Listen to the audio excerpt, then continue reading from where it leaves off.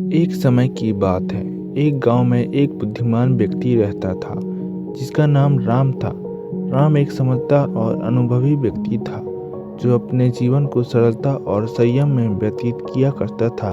उसके जीवन में 12 गुण थे जो उसे एक उत्कृष्ट और समर्थ व्यक्ति बनाते थे। पहला गुण, राम को हमेशा अपने आसपास के लोगों की भावनाओं को समझने की क्षमता थी। वह धैर्य से दूसरों के साथ सुनता और उनकी समस्याओं को समझने की कोशिश करता।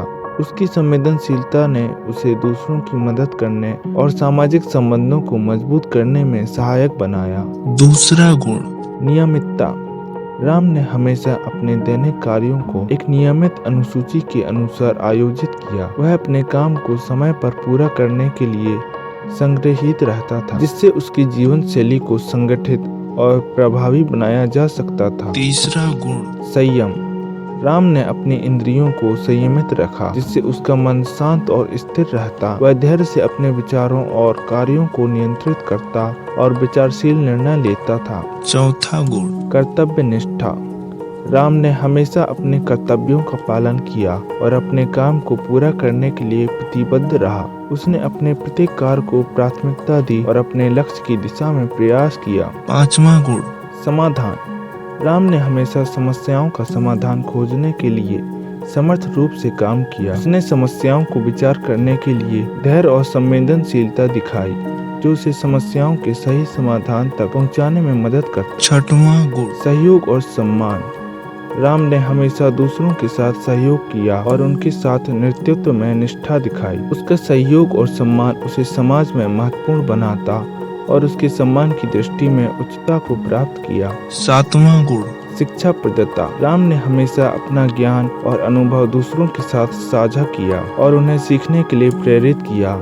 वह लोगों को नए और अद्वितीय तरीके से सोचने के लिए प्रोत्साहित करता था। आठवां गुण, विश्वास और आत्मविश्वास। राम ने हमेशा अपनी क्षमताओं में पूरा विश्वास रखा और हमेशा आत्मविश्वासी रहा। उसका विश्वास उसे हर मुश्किल में सामना करने की शक्ति प्रदान करता था।